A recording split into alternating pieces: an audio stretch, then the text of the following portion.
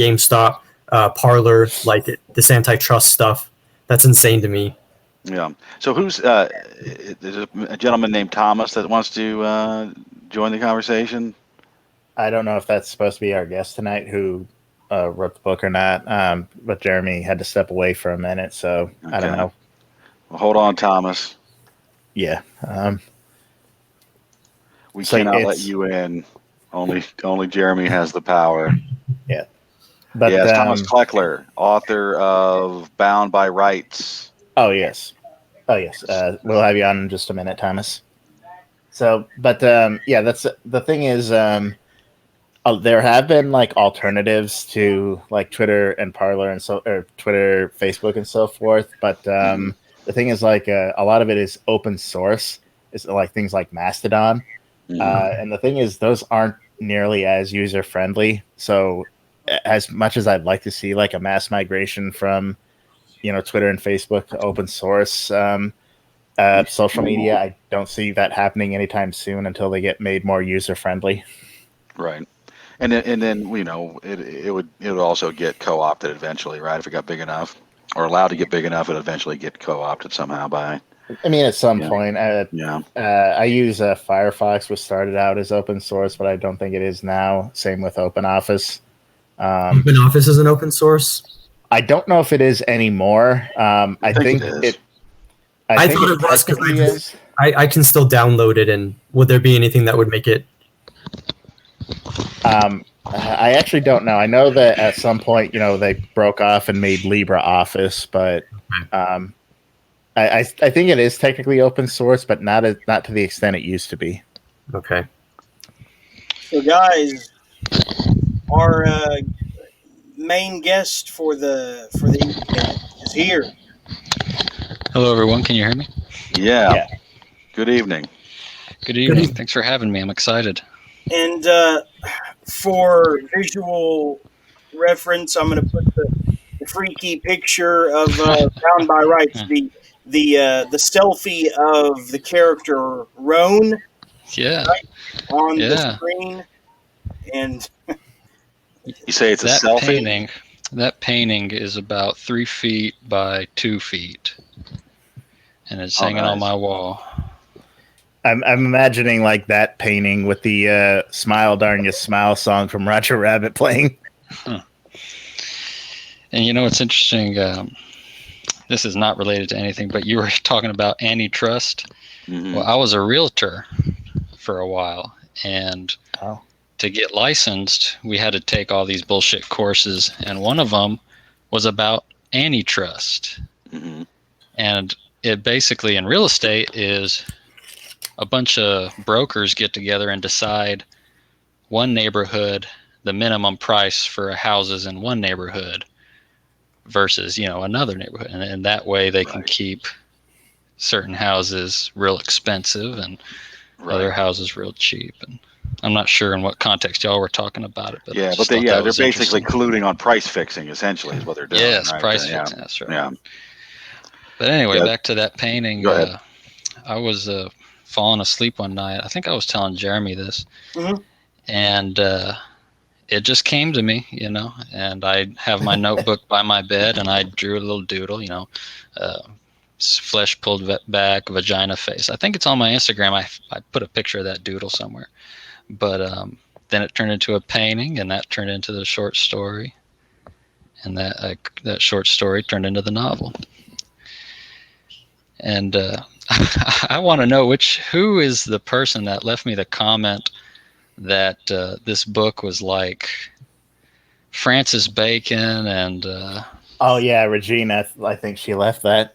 She comes on usually around 9 p.m. So she'll be along shortly. I'm pretty sure this will last longer than 30 minutes. So sure. We'll be able to talk to her as well. And that was the best comment. She loves everything about transgressive fiction. What did she say? It was Francis Bacon. You can probably find her review on there. This is what it says. It says, if the painter Francis Bacon did ketamine with Guillermo del Toro, this would be the trip report. That's a good review right there. Yes. I was doubly surprised that, I've been listening to this show, y'all, for the past hour or so, and I've been very surprised how y'all's views line up so well with my own. And it was causing me to reflect on, because so I'm an artist first. I was always a painter first. And so I started doing art. So I did art shows a bunch. And when I started writing, I would obviously have my books out there. And I was always surprised at who my customers were and how, me coming, I never showed my stuff. And so I always expected that my customers might be a little out there, because I'm a little out there, and my stuff, obviously, But I've been very surprised how cool and level-headed and like-minded people who enjoy my stuff are. I've never gotten a weirdo. I've never gotten anybody that has been, they love my book about rape and pulling people's skin off, but they've been the most friendly and sane people, and it's been real nice. Well, Phoenix just hasn't read your stuff yet, so then you'll get one weirdo. Burn. And I actually am kind of a weirdo, but not in this context.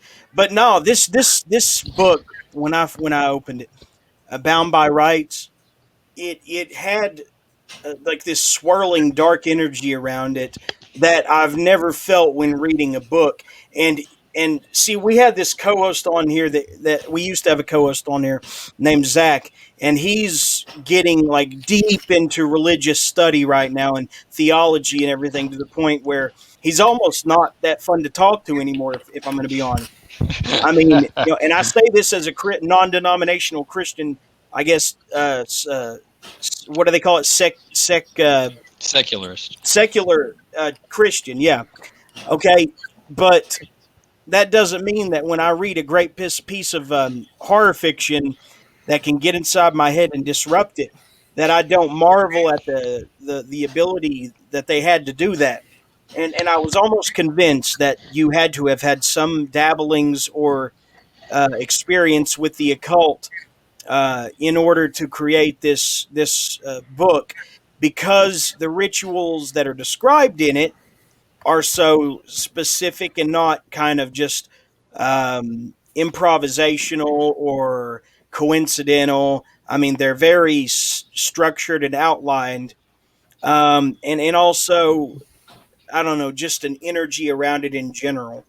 Well, first of all, that's a wonderful compliment. Thank you very much. And second of all, I've always said with all of my work, it's because I believe very strongly it's all about the intention behind a painting or a book.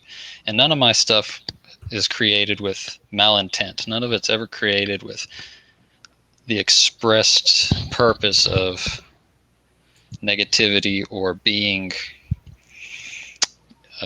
for lack of a better word, evil. It's always been an extension of my artwork. And the way I write, first of all, no, I don't do occult things. But there is a ritual. And the reason I haven't put out any finished works in the past year or so is because the situation for me to perform that ritual has been disrupted. And that ritual is extended periods of being alone, where that's all I do is eat and work on this stuff. And if I'm not actively writing it, I'm thinking about it, to the point where I have to stop and take breaks for my own, well-being. Because it's not easy to, write this stuff and think of this stuff and dwell on these horrible things. And so there is a ritual. It's a ritual going to the bathroom. It's a ritual washing your hands. Everything's a ritual. You said that before. Yeah, you said even writing a book can be a ritual. but I felt like maybe that might be some kind of double speak, not in a bad way, kind of alluding the idea that you are actually into some form of I don't know, left Well, hand path stuff. I am, but not in the sense that the ruling elitist cabal are. In the sense, I don't believe that's the way the universe works. I have my own beliefs about how it works, and when I say in this book, following your eyes across the page as you read it, I believe that very literally, because my eyes were just there.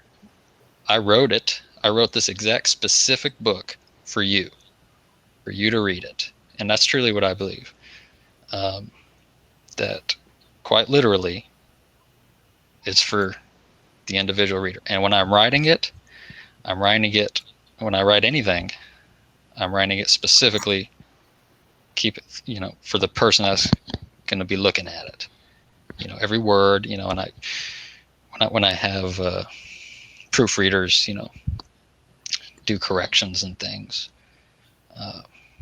I'll undo things that I think undo that ritual, that undo that spell, for lack of a better term. So I have a thought on that, actually. And maybe this doesn't track, but I'm curious. So I like metal music a lot, and it's interesting the way that so many of the genres kind of branch out in interesting ways. But I heard an argument that the reason why you get music that's coming out of Scandinavia, for example, that's like super dark, is because they're in the dark, like quite literally, it's like super cold. But I think what's interesting about what I took away from that is that, sure, there are the horrors of the world. I mean, we've got like war, genocide, death, murder, like all these things exist. But the real darkness actually comes from the mundane, which is insane if you think about it, like, because that's not what you'd expect. So if you're saying that, the dark places come from just rituals of daily life, that actually strikes me as very true. And I don't know if that's your experience, but I just think it's interesting that we expect to be able to come to dark places that we have to have some extreme experience or mindset. But I don't know. I think reality is horror enough, You're so right. And I put so much of that into a bunch of works, especially my short stories, The Terror of the Mundane. When I was living by myself for the first time, before I really wrote anything of any substance, there'd be no food in the apartment rather. I haven't eaten anything for, 14, 20 hours. I'm just drinking vodka, and I need to go to the grocery store. Our local grocery store is H-E-B in Texas. And, okay.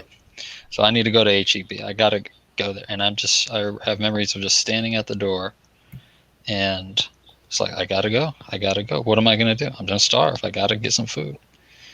And it was just terrifying to go to H-E-B. People look at me, and I have to look at them and be out. And I was never so happy as when I was leaving, heading home. And I'm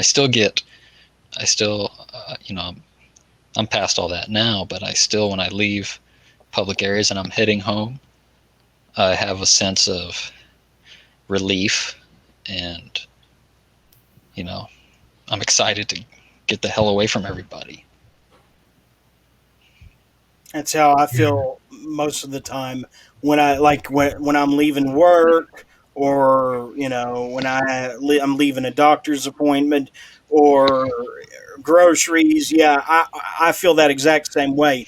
In fact, the last day of my work week, when I have two days off to look forward to, it's like the whole rest of that afternoon and evening are like wide open. I feel like I can conquer the world, and it's the best feeling in the world. Solitude can be like really healing. Yeah. But like I said, it's kind of a double-edged sword, because I'm an only child, so I'm used to being alone. And from about 2012 or 13 to last year, I've lived alone. And that's what I was referencing when I say, my ritual's been disrupted for writing. And because that that particular anxiety and misery that's unique to each individual, the one that's unique to me, that enables the writing and the work, the great, and the paintings, which to me are almost as or more important. That the ritual's been disrupted, and having roommates is a disruption to it, and now I'm in a situation where financially I have to have roommates, and because of a hand injury, I have to use voice to text to write, which is its own personal hell with homonyms and so on. Oh, yeah. And so it's not very private if I'm saying all these things out loud, and I'm cognizant that my words are easily perceived in the next room. You see what I'm saying? Can you go out into the woods and write? I suppose I could, and I would like to. I'd like to live somewhere kind of secluded and by myself. And like Kevin J. Anderson, he writes all of his books by taking hikes during the mornings with a voice recorder that he just speaks into it. Oh, yes. Yeah. I have a micro cassette recorder that I love, and that's how I do notes, corrections. That's how I get things down. Mm-hmm. Yeah, so it seems like I don't know where you live, right? But it seems like you might be able to, go out and away from humans, right? And maybe get some writing done. Well, the thing with Texas, I'm in South Texas right now. The weather is horrible. The wild foliage of Texas is horrible. It's not. It wouldn't be enjoyable, but that might be. That might help that it's horrible. Right. Yeah. That's a good point. So I think that Jeremy was trying to ask, and he was trying to beat around the bush, I think. But so, are you an armchair occultist or a practicing occultist, or either? It seemed like you were practicing was the answer, but I wasn't quite sure. Well, occult means hidden knowledge, right? Well, yeah, I guess maybe let's say magic or something like that, some sort of magical practice. Yeah. The extent of what I do is I'm trying to answer. I'm not trying to be an ass. I'm truly trying to answer your question. Well, and also just so you know, nobody on this show cares, right? Like, oh no, nobody's gonna be like, oh my god, let's hang up. No, of course not. That's not my. I'm just trying to answer your question. Okay. The extent of what I do is put myself into trances and to solve these problems I put to myself. I don't like. I like to. Okay, so if you read a book or watch movies, if you can, I can't even hardly watch movies anymore. But the characters make stupid or foolish decisions. I purposely have tried to have everybody in my stuff make the best and most right decision, so I can paint myself into a corner, and then that's my problem I need to solve. And I try to get myself out, and to solve those problems that get increasingly more difficult for myself to solve. I meditate on it. I study on it. The prolonged solitude, to the extent of I haven't talked to somebody in 18 days.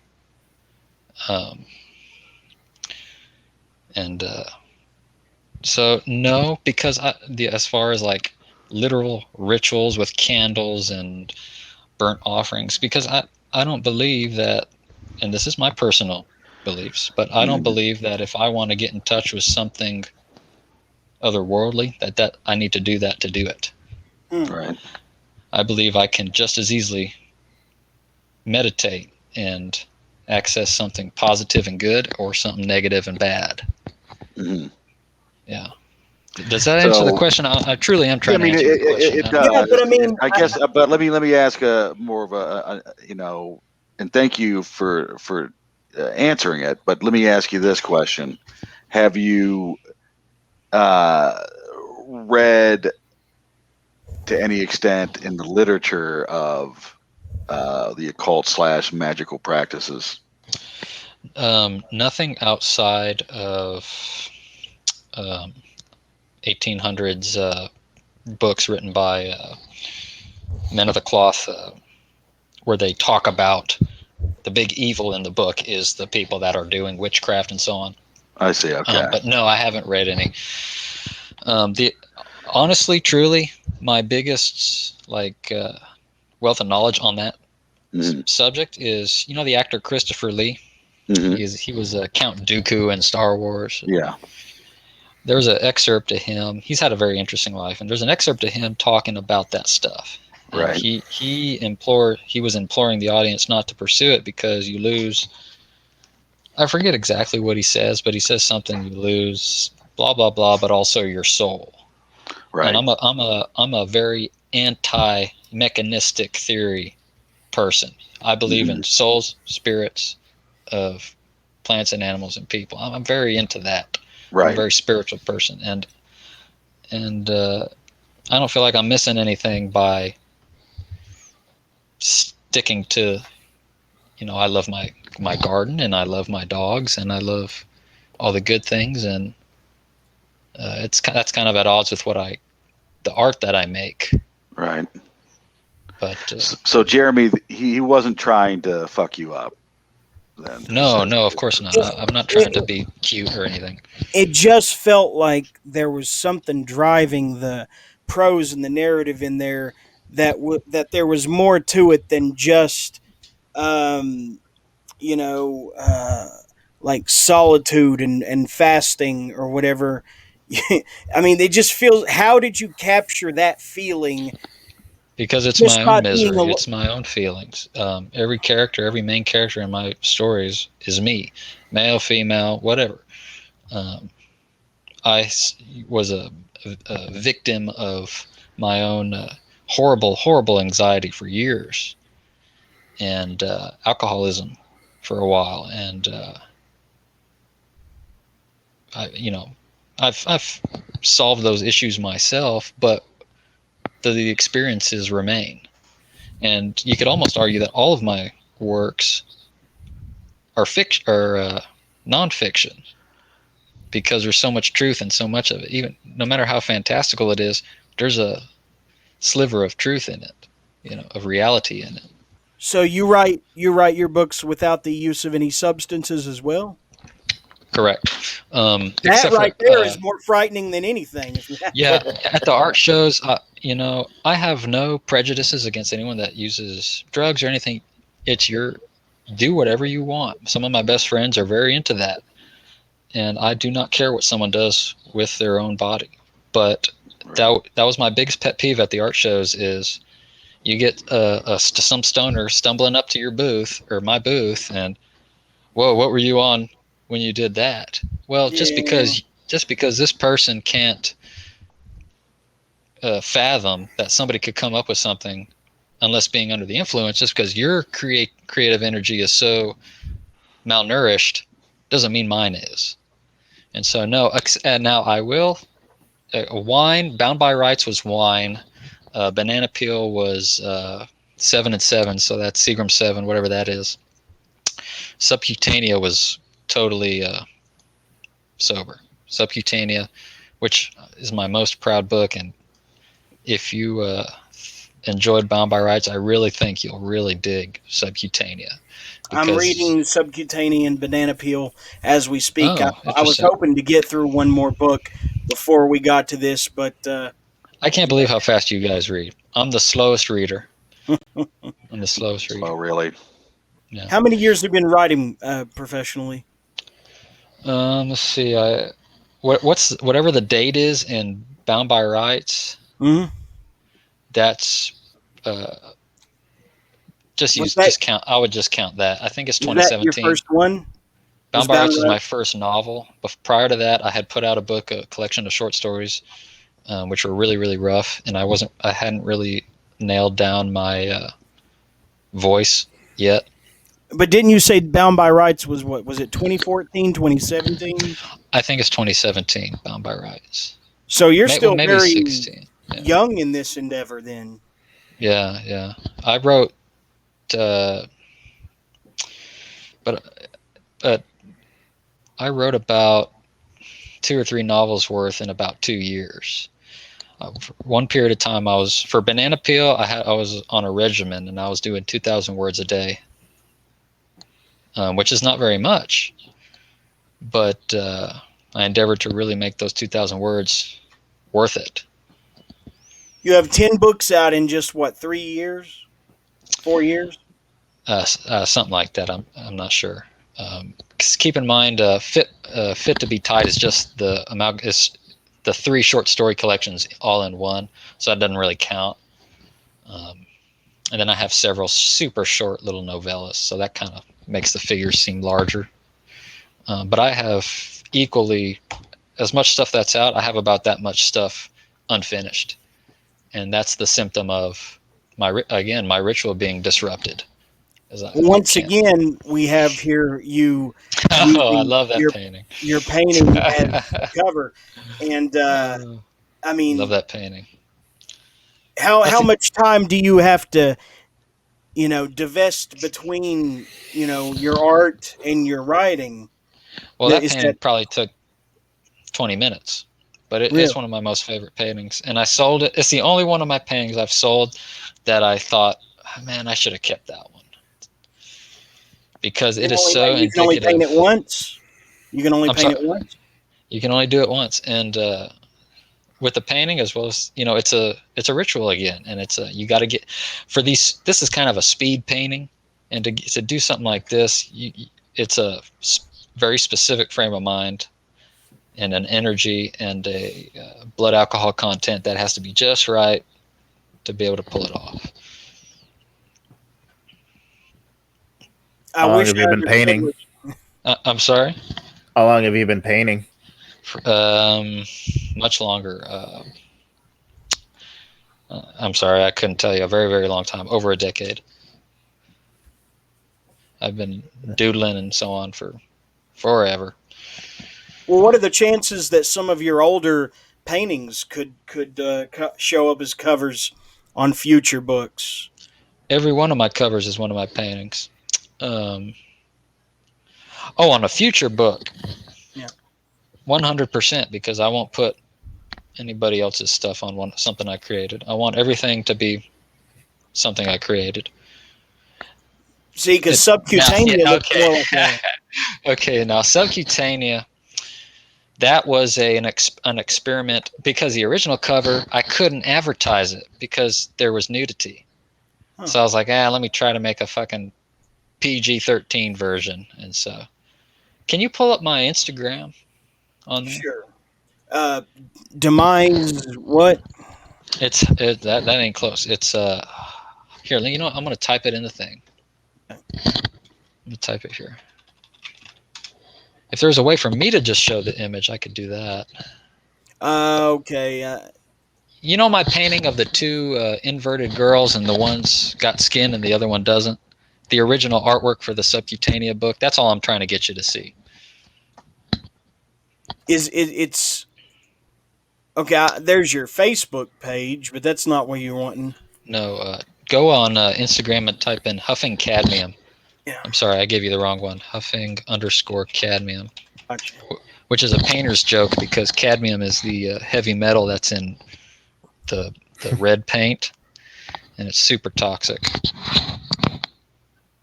I think Bob Ross used cadmium yellow. Yeah. Cadmium yellow. The painting that you just were showing for that one book, that's cadmium yellow. Oh. So, okay. Is that what that's not what you're referring to, is it? You're not showing us whatever it is you're looking at there, Jeremy. Imagine doing a Bob Ross style show with these types of paintings. Hey, that'd be fun to watch. If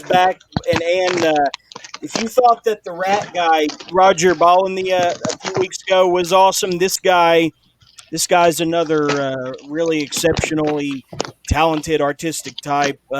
who's not afraid to delve into the darkness. So I think you'll like him. Awesome. Now scroll past this first few sections because this is mostly experimentation. Scroll down a little bit.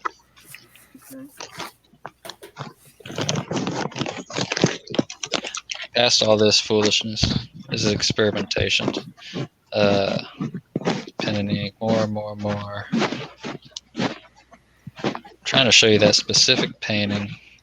There's like a six. Oh boy, I was proud of that. I'm terrible at social media, but I'm real proud of that. And I think the wind is beating the fuck out of your phone.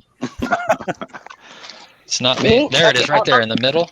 See that one? Them two girls, right there. That's the painting. Okay, so this is the original cover painting for Subcutaneous, and it illustrates the novel perfectly.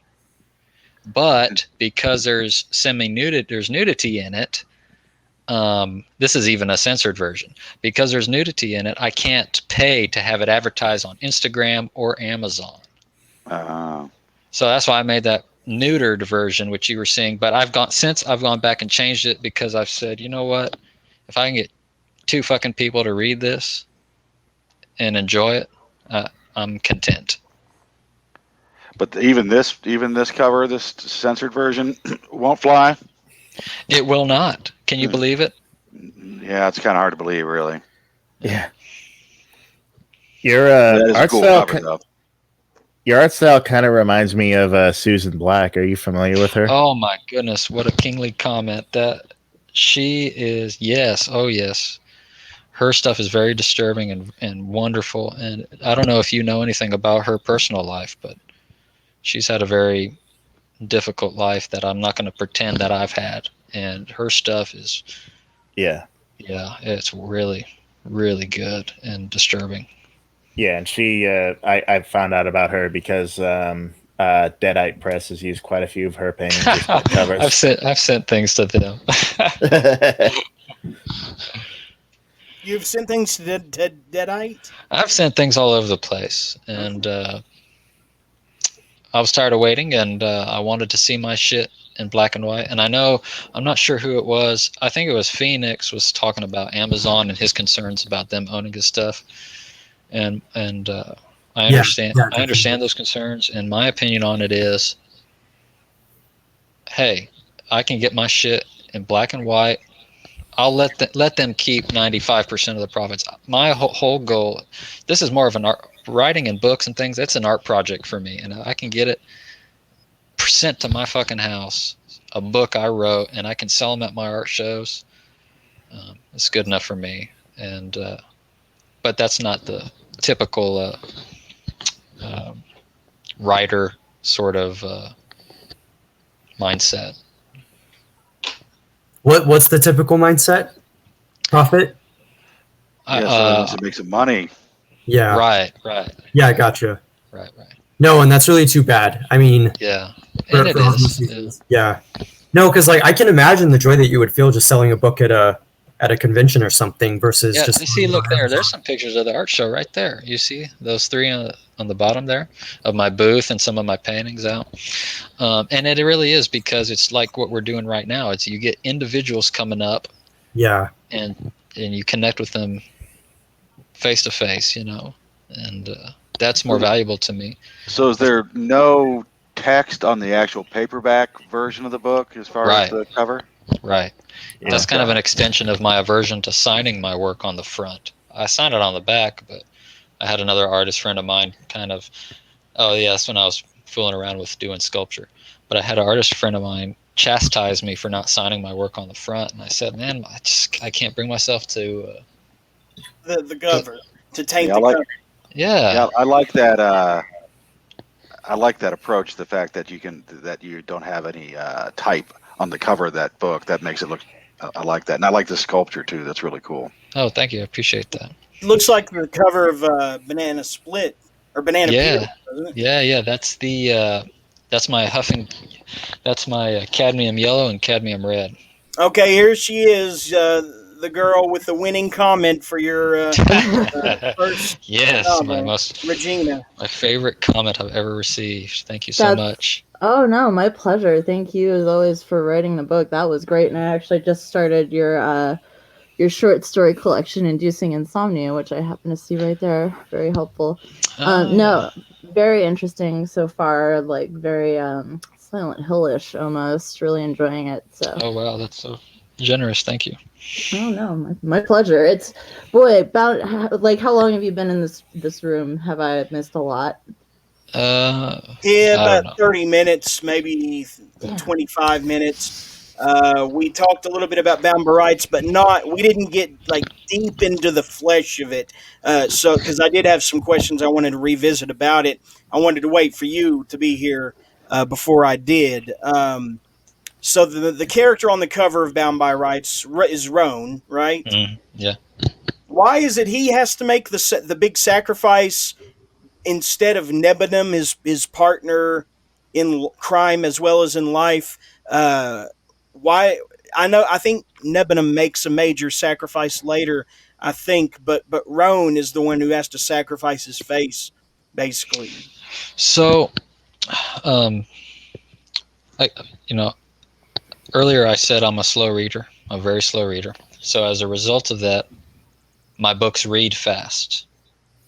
Does that make sense to everybody? That because I read so slow, when I write a sentence that would take me the amount of time it might take prolific readers such as yourselves a paragraph to get through. Does that make sense what I'm saying?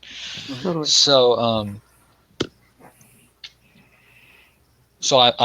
I'm sure it was set out to be that these alterations to the two boys are gifts. They're good things, and they're things that they want, even if they're not initially aware that that's what they are. That they're not aware that they're gifts initially. Right. And the reason I talk about me being a slow writer or reader is because I'm sure I've probably explained that somewhere, but it might have just been one sentence that got overlooked. I've noticed that with my own stuff is things get overlooked, Did I overlook something? I'm not, only because I didn't spend enough time explaining it. That's what I'm getting at. Only because I didn't make it sufficiently clear. Because y'all are way more prolific readers than I am. I read about one book a month, and so yeah. One book a month. About yeah. Oh yeah, man. We're way too voracious of readers around here. It's like sustenance for us. What kind of books do you like to read? What are you reading right now? Well, right now I'm reading a bunch of books from around the early 1800s. Right now I'm reading The Monk by Matthew Lewis. I'm loving it. I'm totally loving it. Interesting. Previously I read another one of my all-time favorites that I've just recently read was called House on the Borderland by William Hope Hodgson. Oh no! Classic. Oh no! Here comes Jeremy. Classic. And it just blew me away. And I'm very conservative in the sense of the true definition of the word, not the political definition of the word, in that I frighten easily. I don't watch scary movies. I don't read thrillers.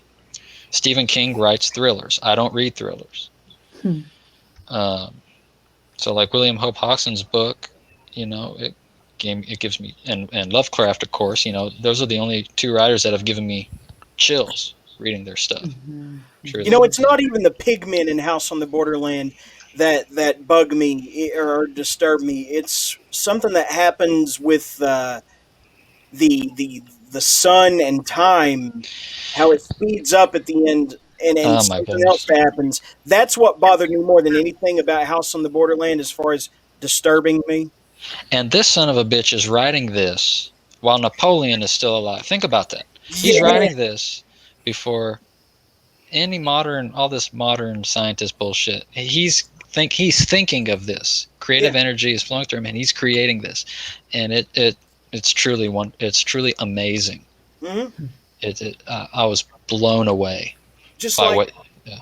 well, just like Ray Bradbury was writing about a lot of things that later came to be. I mean, he kind of, him and all of his science fiction ilk of the 1950s, 60s, they were all talking about, basically computers that served as telephones, and you could see Yeah. each other's faces and all that. Here we are. It's a reality. So your influence, I guess, being somewhat influenced by the monk. I'm curious, A, what you think about the monk, and B, it sounds like you also like the Gothic tradition of around, like, could say like 1780s to 1820s. Well, now I hadn't started reading these older works until recently, and don't spoil the monk for me. I haven't finished it. No, I won't. But my influences for my work would be horror novels from the 80s. It would be Lovecraft. Well, it would be Lovecraft, which is older, of course, and Clive Barker and Bukowski. As far as my raw writing influences, those would be my influences. Right on. Do you see, but that's Barker as a influence on your painting as well? Clive Barker. Oh yes, what a wonderful man. What a wonderful artist. That's why I was curious, because the Gothic tradition was influential at that time. But if you're writing something more transgressive, I would have imagined Bukowski or. Bukowski, he saved me. He saved me as far as reading. School teaches you to hate reading. Yeah. Bukowski taught me to love reading, because he wrote in such a way that I could enjoy the act of reading. Yeah, I got a good buddy that he never really read at all throughout high school, and then I turned him on to Bukowski. Now he's like an avid reader for life. So yeah. And so with my stuff, I always tried to balance. Now Lovecraft, you could pull Lovecraft and Clive Barker. You could grab any sentence and pull it out, and on its own, it would be beautiful. It would be a great sentence. Good words, put together well. And I consider that, a very literary type of writing. And Bukowski, his stuff is I'm not fucking around. I know what I want to tell you, and I'm going to tell you. And I try to blend those two, I'm not trying to show off all the big words I know. I'm not trying to jerk you around for 20 minutes.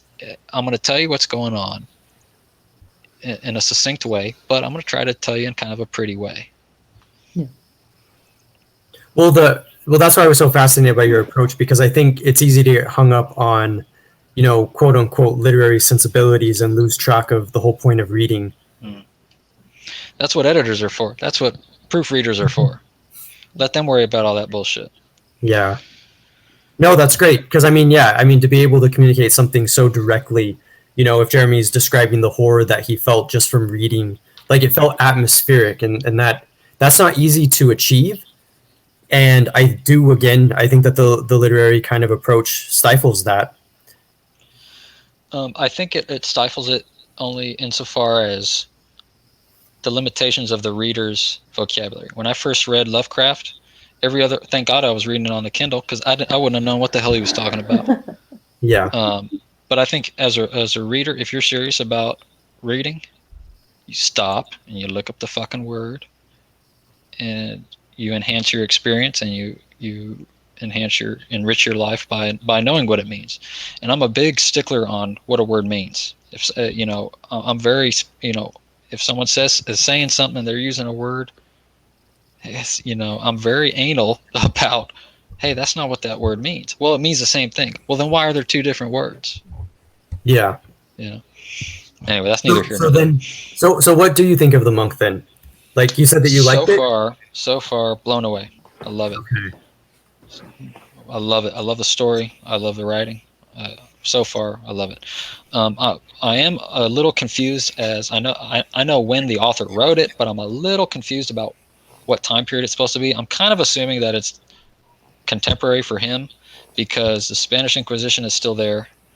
It's in Spain, of course, and I think Napoleon had something to do with getting rid of the Spanish Inquisition. I'm reading a big, very boring history of Napoleonic times, but Anyway, what did you ask me? Did I answer your question? Oh, no, I was just, yeah, you did basically. Oh, I was just okay. curious about the monk. Because, Yeah. because like, I do think in some ways, at least just in terms of tradition, I think Bukowski is on a different plane than the monk. But I was curious that you liked the monk because it can be literary, but I from remembering it when I read it, that wasn't necessarily the intention I got. Like it did seem a lot more direct, even for the time. I haven't felt. I call that, like I said earlier, getting jerked around. I haven't felt that at all. Get on with it. I haven't felt that at all. So, just out of curiosity, do you have examples of writers that you felt did that? Oh yes. Let me think if I can think of one. Shit, I've been drinking. I can't think of it. I have, and Stephen King is one. Okay. And I know it's makes you roll your eyes. Oh, let's criticize one of the most prolific and famous. And there's books of his that I've enjoyed.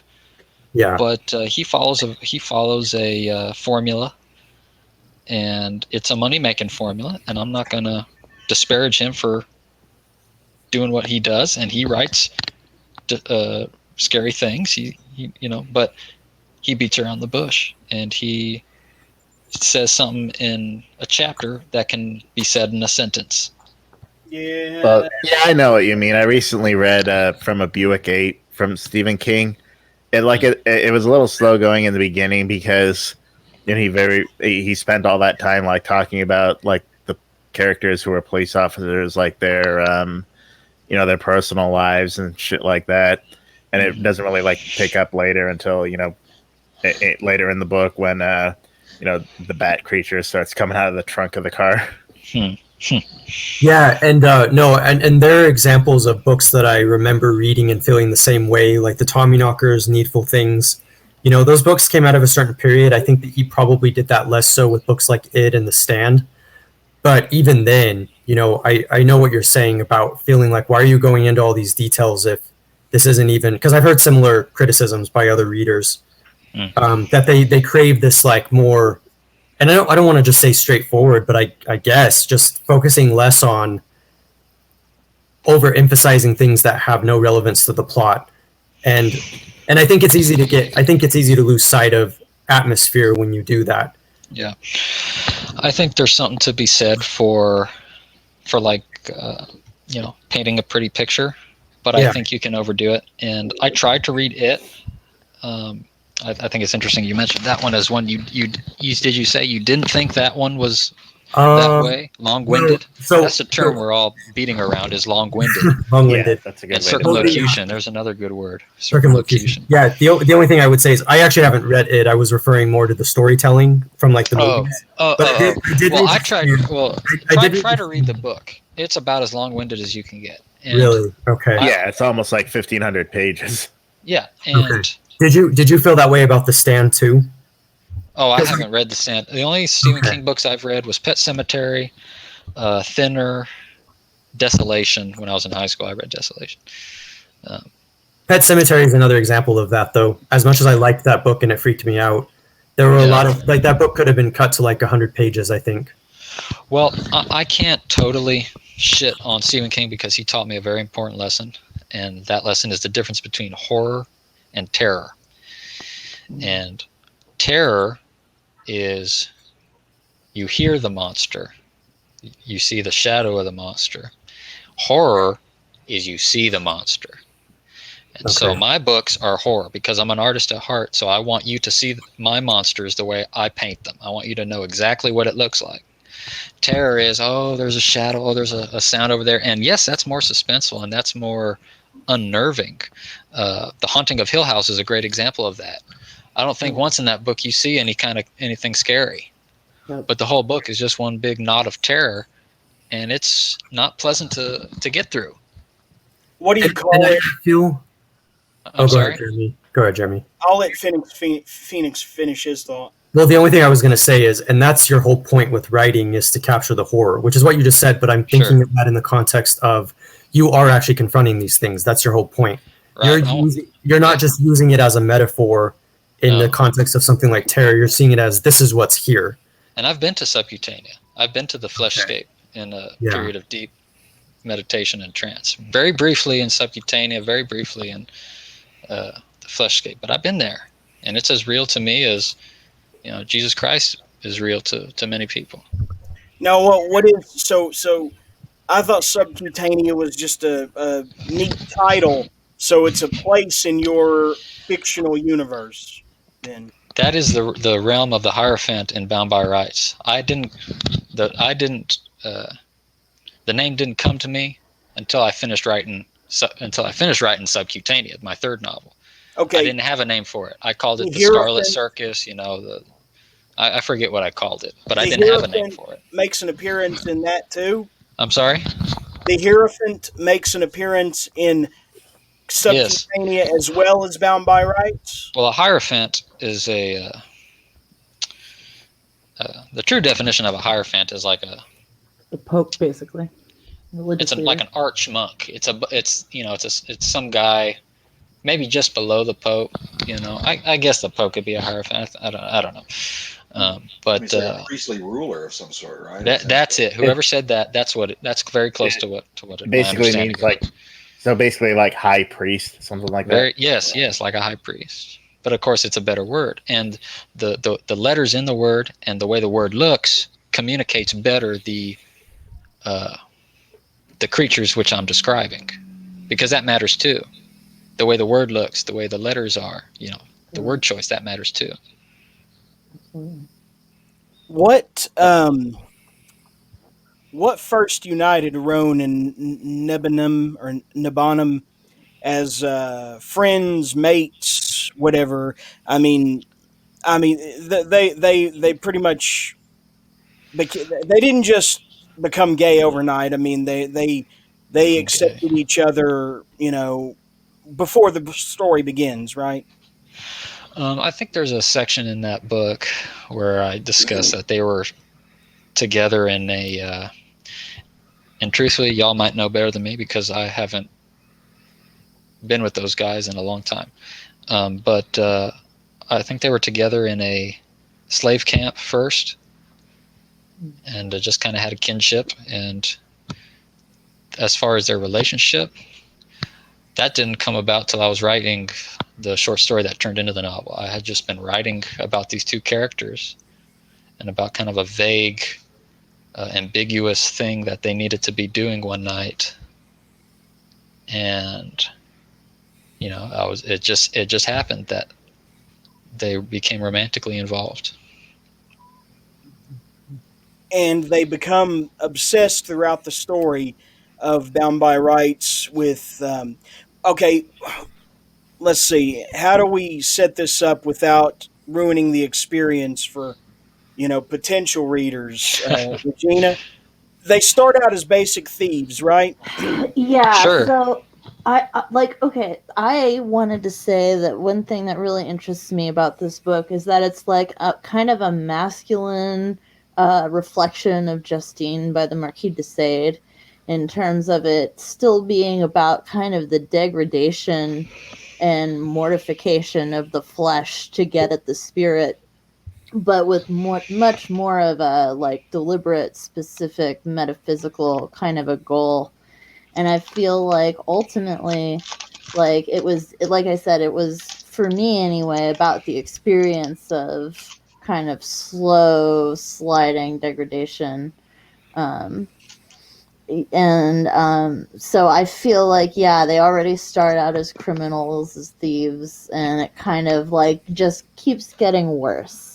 And they are often being misinterpreted as well, which also is a problem, and they're facing problems because of their sexual relationship. And it's basically very much, the mortal world is out to get them, and they are trying to find an escape, was kind of my perception of the story. So that's the most spoiler-free assessment I can probably give. That was very astute. That was very well said. Then they catch word of these places that are called, well, they go by different names, but basically murder houses. Kind of a murder houses, yes. where you can kill someone and mum's the word about it, Sure. all throughout town. It's just like If it's you the can same afford it. as in a brothel. You never see the woman again, and it's never mentioned again. And in these murder houses, uh, the one who supplied you the weapon or witnessed the affair, they never speak a word of it to anyone that you murdered this person. And it's this real underground, like, pleasure seeking to the extreme. I mean, it reminded me very much of the Hellraiser movies. Mhm. I don't know about the Hellbound Heart novelization Oh, so much, it's 1,000 times better. I strongly recommend y'all read it. but I think Bound by Rights is better than either of those. Oh my goodness. Um, and I mean, other than the character Pinhead, it. But there's it's this bohemian, like, odyssey for more and more pleasure, and they may seek it through drugs, drink. I mean, they fuck men and women, or at least Nebenham does, I believe, Mm, at least, right? sure. And they keep even when bad things happen to them in this other realm, when the veil is pulled back and they enter this other realm, which I don't remember what it's called. Is it the Scarlet Circus? Sure. Yeah. At that time, that's what I think. That's what I was calling it. I hadn't had a name for it until Subcutaneous. Well, you can see what happens to one of them, that being Roan, Rhone, Mm, uh, and it even talks about the metal in his that holds his face that way. It mm. singes his gum line or something, as you describe, I think. Right? Um, Again, I haven't. It's been a while since I've been with those guys. I think what I remember for Roan is wire or string holding the flaps behind his ears, Mm. and then for Nebenum's the one that all but his canines are removed, and there's silver pins, and then there's a lattice work of Yeah. string or wire in his mouth, kind of forming a dream catcher above the roof of his mouth and under his tongue. All right. So wait, that's Roan right there, though, right? Or is that The Nebenum? cover is round. Yes, you're correct. Okay. Yes. But Nebenum pays a superficial a facial price too. Then His is just in his mouth. His is just in his mouth. one of them pays a much deeper price later, and it's like the afterlife or the Scarlet Circus or these monks of this black religion. They taunt him Yeah. as he loses that thing that he loses. Like, Yeah. ha, ha, you believed us all along that you were going to have untold, never before experienced pleasure. And you know what the funniest part is? You'll come back for more someday. Yeah. It's really sadistic, Ah. it's true. They do keep coming back. So is Subcutaneous a sequel, or does it just take place in the same universe? You have to read the Bound by Rights first. It is a secret sequel. You do not have to read Bound by Rights first, but if you have, there will be some friendly or unfriendly faces that you might get a little kick out of encountering again. There might be a little Bound by inside Rights. joke here or there you might enjoy. Bound by Rights is in roughly the 14 to 1600s, somewhere in like the end of medieval Europe, right? Yes. What would you say? Would it be Scotland or Wales or? I would like to leave it purposely ambiguous. Okay. Well, judging by the way that some of the accents are written, with Probably British by that. Yeah, sure. Probably English. yeah, but it's at the tail end of the medieval times. Yeah. Where is Subcutaneous set? Is it more modern? In a pseudo late 80s, early 90s. Okay. So the fact that we could see characters pop up from that in this tells me that, well, you know what we talked about in the emails. Well, time flows differently in different realms. Okay. And I explore that in Subcutaneous. Wow. Okay. Yeah. I get you. And you know what's interesting is that's kind of a thing I haven't put out yet, but I've kind of been putting together a sort of a treatise on that religion, and in the form of a scholarly paper, in the sense that, like, it's excerpts from some guy's research into this religion that seems to be popping up over the millennia, that examined on its own doesn't seem to jive with anything, but if you take it all together, it you see what I'm saying? And it's Which religion? Catholicism or the Subcutaneous, the cult of Subcutaneous. Okay, but in a fictional perspective, not these. This wasn't a real cult, right? Correct. Okay. So you're writing an essay on your own fiction. Right. Kind of. It's in the sense, you know how Lovecraft will write about his mythology from the perspective of a scholar researching it. Kind of that, in that vein. Interesting. What are your opinions on, like, really old black magic lore and lore of the occult, which basically means the hidden?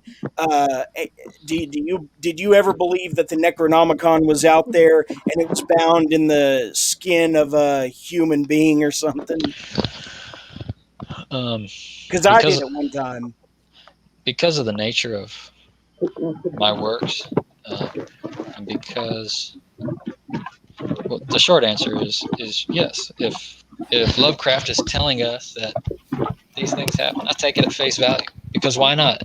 It's reconciled in my mind the same as real experiences I've had.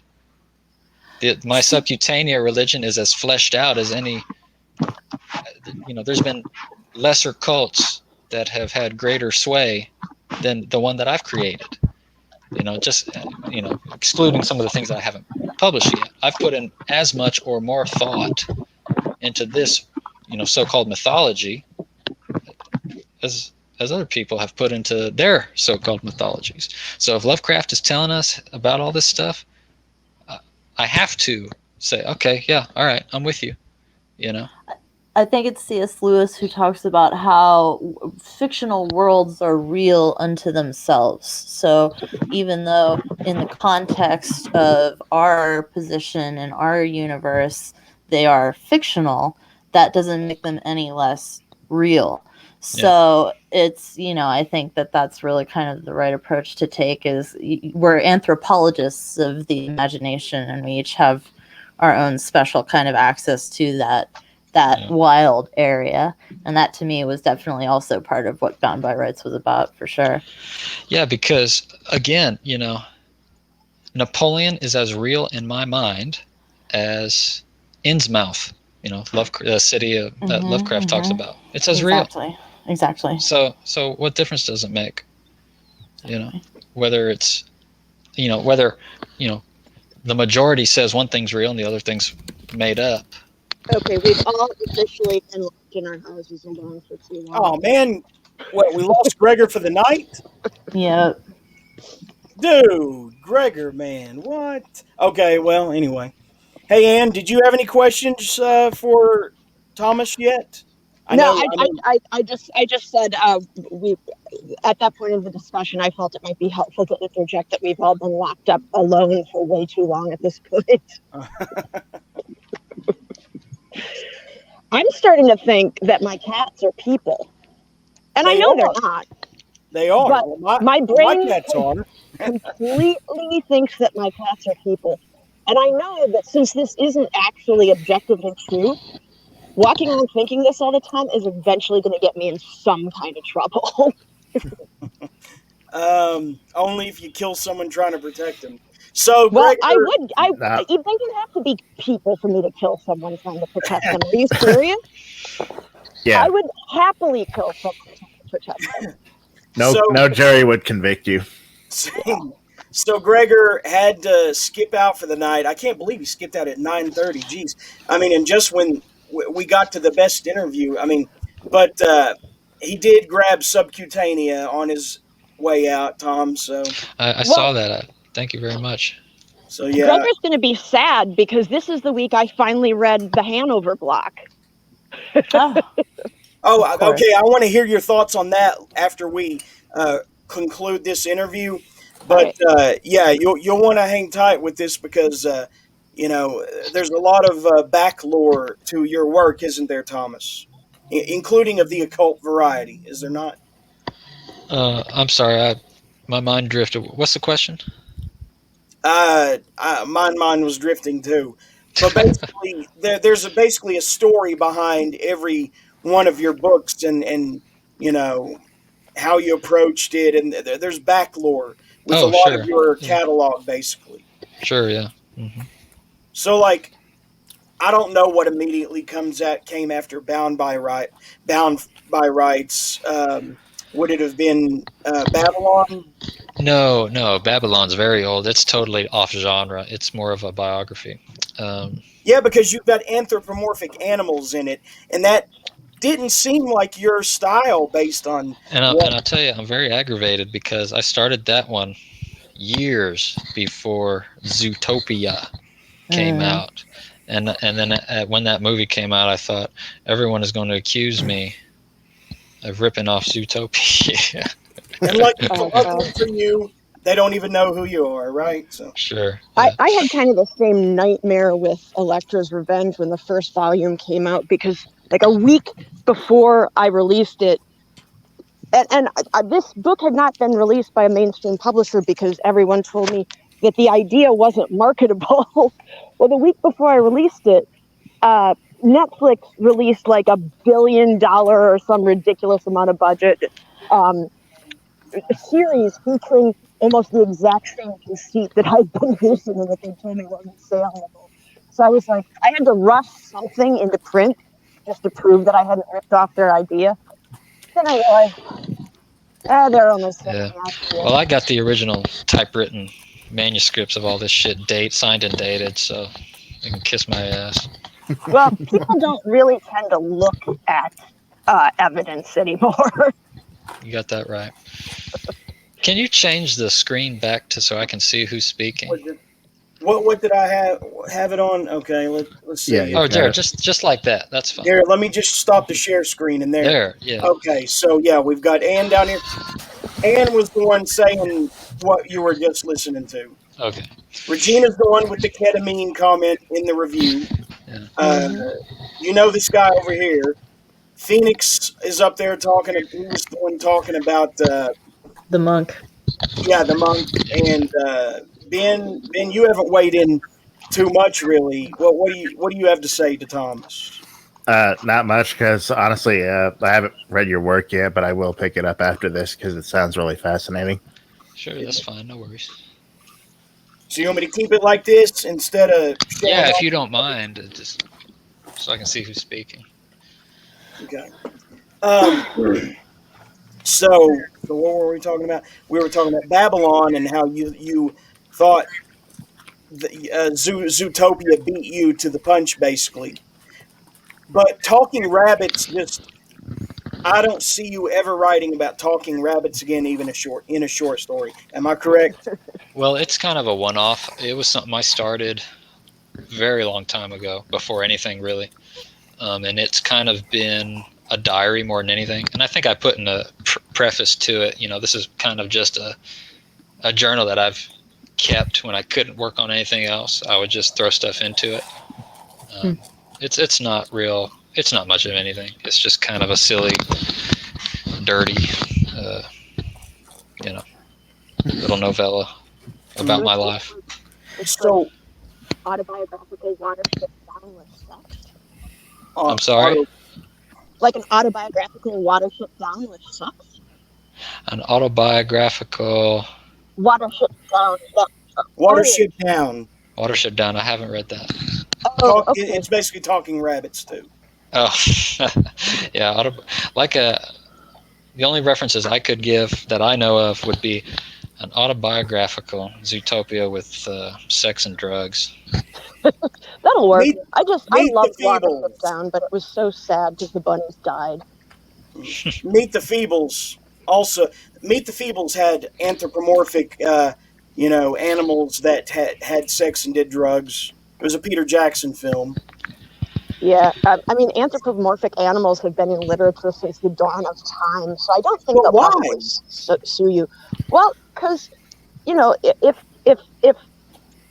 like the classic joke when somebody's telling you about their troubles, but they don't want to tell you it's them, they'll say, "I'm asking this for a friend." Now, step up from that is like writing a semi-autobiographical novel that's about a character, not me. Well, if you want to distance yourself even further, how about Two Talking Rabbits? I think that's a fair assessment. Yeah, I mean, I think that's probably where the impulse comes from. And people throughout the ages, even if they wouldn't admit it, probably wanted to fuck them, which is why we have furries now. Well, I don't know about that. Yeah, I think we're alone on that one. I mean, rabbits really like to fuck each other, but I don't know. I think if a human fucks a rabbit, well, I mean, there's obviously a contingent given how big the fucking furry fandom is. Well, and bestiality and all that. Yeah. But yeah, that's one of those universal tendencies that I was kind of doing shtick there, because that's one of those universal tendencies that people still don't want to cop to individually. Like violence, for example. Yeah. Oh, sorry. Go on. Well, I was going to say, Pursuing Paralysis. Is that a short story collection as well, or is that a novel? That's a short story collection. Okay, so a lot of these are collections. Fit to be Tied, that book has all my short story collections. The only novels are Bound by Rights, Banana Peel, and Subcutaneous. The rest are short stories. Okay. Well, what is Banana Peel? That one's kind of different. It kind of follows a family through the holidays, which I think for a lot of people, and for me especially, is kind of a rough time. That kind of haul from October through Christmas. Oh. And so it kind of takes place from, I think Subcutaneous takes place the same time frame. But it's kind of the same deal, it's another dimension, bleeding into this one. I don't know. I think a lot of the people here have actually written things of length, so it's difficult to kind of paraphrase something you've spent months on. Yeah. I think that more and more writers are going back to the well on this whole alternate reality thing more than ever in popular entertainment and in underground entertainment. And it's like it's an inexhaustible well of possibilities. And I think that that's a great thing. I'll never consider it a cliche for that reason, that the possibilities are endless. And I believe to some degree that they may actually exist. Science journals are talking about it like it's an actual thing, even here in 2021. As like, for an example, a few months ago, somebody wrote in Science Today that there is a parallel universe, but it's time going backwards, like from our old age to our childbirth and then to nothing. And they say this with total, seriousness. With a straight face. Yes. Well, I have pretty polarizing views on scientists, and scientists specifically who say things with confidence like that. They can be bought. Of course. Like and they don't know. They don't even know how magnets work. They can tell you how magnets work, but why? If you ask them why, if you really press a scientist, why is a magnet this way? So I don't put much stock in that. But what I do put stock in is I agree with you that I don't think parallel universe is a cliche. That being said, when I'm doing it, I try to really make sure I'm not doing it in such a way that someone is going to read it and go, "Oh, I've read this before." Like with painting nudes. If I'm going to paint a nude, which I often do, I try to make sure I'm doing it in such a way that's unique or that's interesting in some way, because anybody can paint a nude. Well, Anybody I can write a can't paint book. at all. Well, Yeah. And most people can't write a book. I mean, not something you'd recognize as a book. I realize Amazon has allowed everyone to think they can write a book, but what a lot of people release as books on Amazon are just like garbage cans full of typing, basically. Yeah, And I've it's the often same said. Oh, go ahead. The same for pictures. I'm not trained in drawing things, and I have terrible eyesight. So yeah, technically I can draw a picture, but it shouldn't be on Amazon clogging the market for actual artists. Yeah, I've So- often said that the reason why I think writers don't get the kind of respect that like a painter would is because most people have a baseline literacy and can write a sentence or something like that, and they're probably convinced that like the only thing they're lacking is time to write an actual book. Yeah. Oh God. Well, what I've noticed at being at the art show, because I have paintings out there and my books, and it was very obvious. I'm sure it's obvious to you guys, but to me it was illustrated that a book requires a commitment. Looking at something for a moment does not. Looking at a painting requires no commitment. A book requires a commitment. And in this age of shortening attention spans, that's becoming less common. Yeah. Yeah, that always reminds me of an interview. I think it was with William S. Burroughs, how he talked about how like James Joyce could have this like paragraph long description of like a countryside or something, whereas like with a movie, it's just like you just pan the camera over it for a few minutes. Yeah. Hey, so Thomas, I'll admit I'm a little bit self-conscious because I unfortunately haven't read your books yet, but I like your process and the things you describe.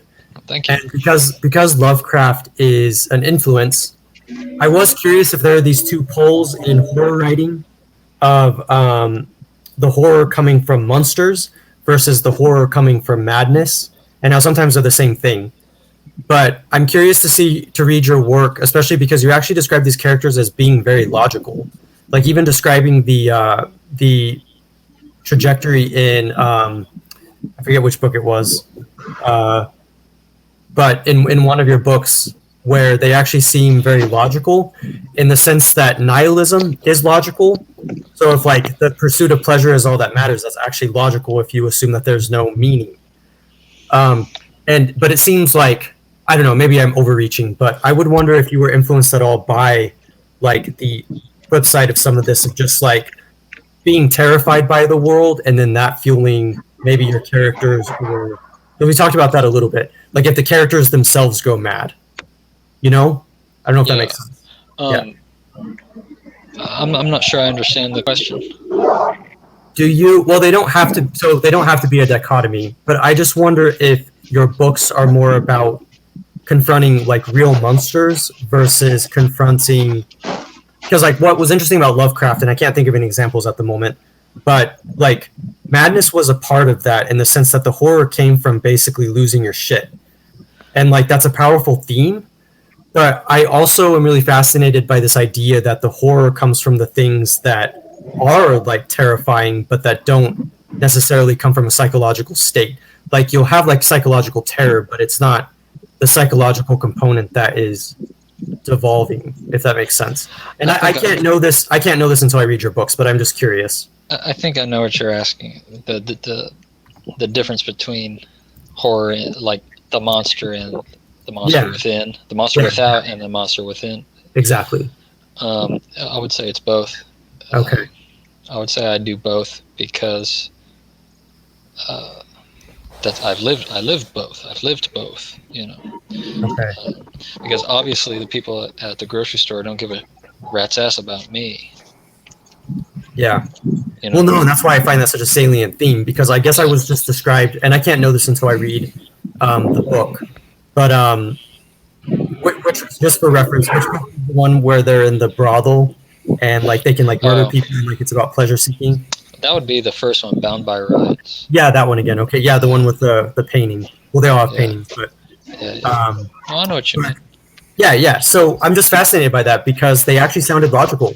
Like maybe this is like an oversimplification, but if you're nihilistic, like it makes sense why you get to that point. Yeah.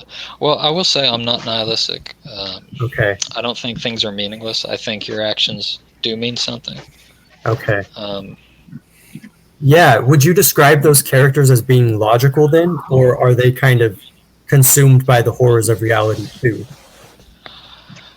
I would say that they're logical in the sense that they're making the decisions they feel are the best. Sorry, I'm distracted by this character posting text on the screen. I would say they're logical in the sense that they're making decisions that they feel is the best decisions that they should be making as far as the trajectory of their lives. Yeah, that's why I find it fascinating. Does that answer your question? If it doesn't, No. I think I think that's interesting. The only thing I was going to add is I wouldn't want to assume you're nihilistic. I just wonder if what comes out of, at least the example in the story, like the endless pursuit of pleasure. Yeah. I wonder if at some point you really can like justify that. And I think you can. Being like I think you can. I think you can justify the pursuit of pleasure. But I think what I define as pleasure and what, someone we all might agree as an evil person defines as pleasure would be different. So it would be logical for both of us to do what we do. You know what I mean? But as far as the energies of the universe, one, it would have a negative energy, one would have a positive. The person that their pleasure comes from mutilating and raping children, it's logical for them to mutilate and rape children. For me, it's logical to cultivate and water plants. One of those things, I believe, has a positive echo in the vast chasm of the universe, and I think the other one has a negative echo. Which is the watering plants, am I right?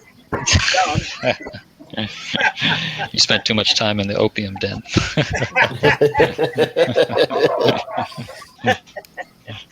Yeah.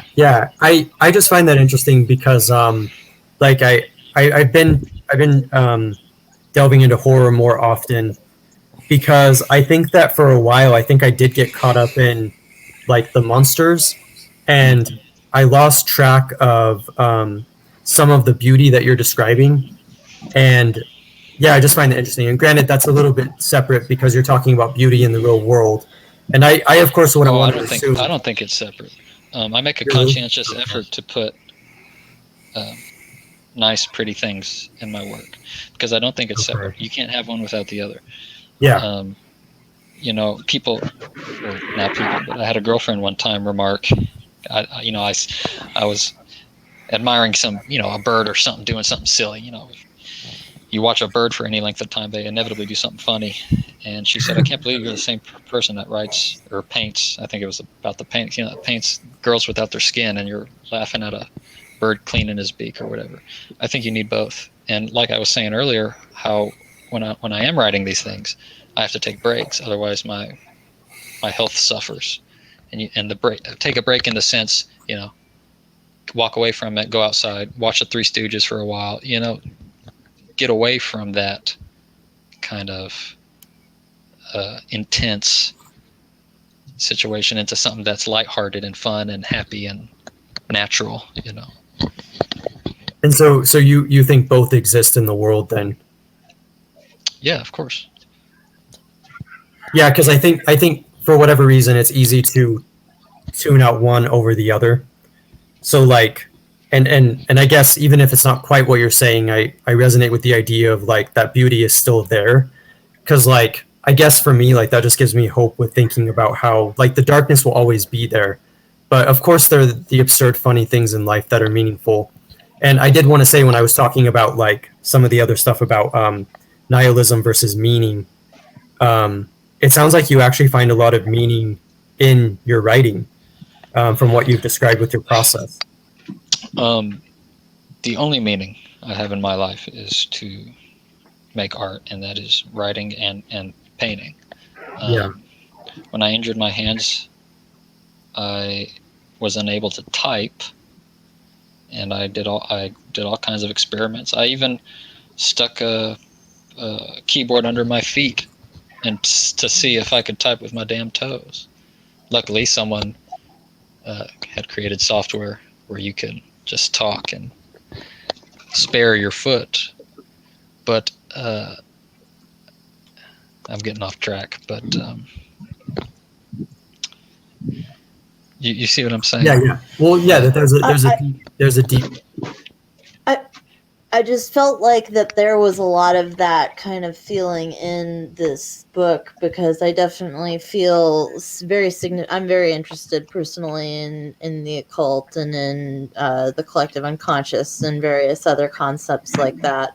And I think ultimately what I got from this book was this idea that there are really, two ways you can go with anything, where you can, like you were saying, go the low vibrational state kind of negative destructive route, or you can go kind of the high vibrational positive constructive route, and you can create things. You can, like, you don't have to be mutilating yourself to have transcendent experiences.